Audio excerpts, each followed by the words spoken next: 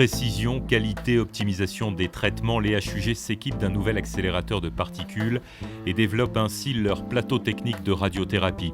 Un nouvel équipement de pointe en phase avec les attentes de chaque patient. Ce dispositif, c'est un accélérateur linéaire de particules qui sert à traiter les patients atteints de cancer avec des rayons, donc avec des photons. C'est les mêmes photons que la lumière du soleil, sauf qu'ils sont 1 million de fois plus énergétiques. C'est un remplacement d'un équipement qui était déjà existant, mais qui présente des améliorations par rapport à l'ancien, des capacités d'émission plus importantes et plus concentrées.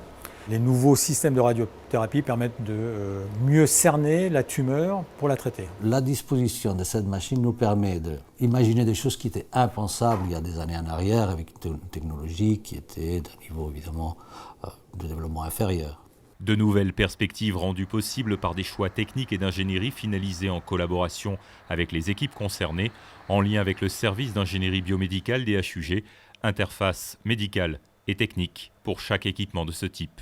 Pour décider de quel accélérateur linéaire on va installer dans notre service, on va déjà parler avec l'ensemble de l'équipe de radiothérapie, donc les médecins, de connaître les besoins pour leurs patients.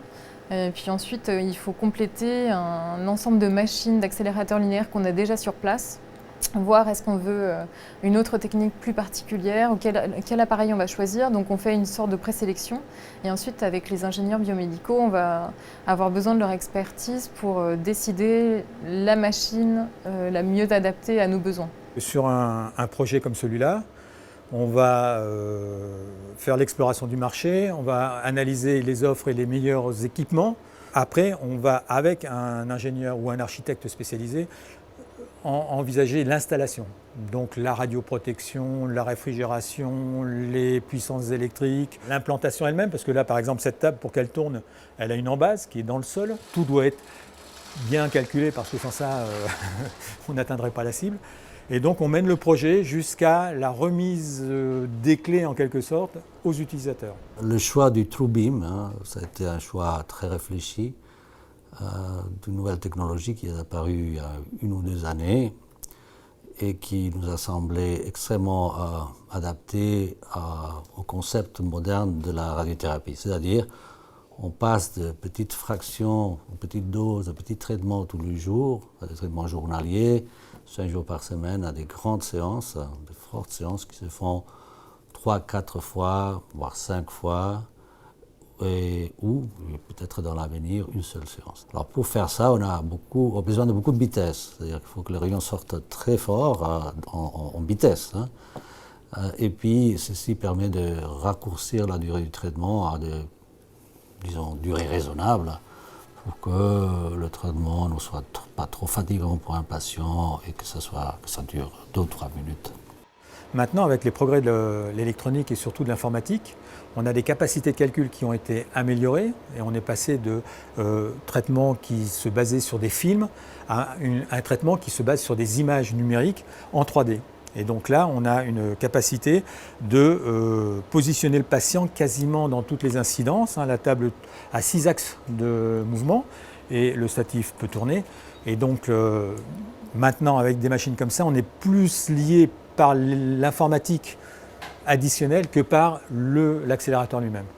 Donc voilà, c'est plutôt les progrès informatiques, les logiciels d'analyse de traitement, etc., qui nous guident vers les renouvellements de ce type de machine.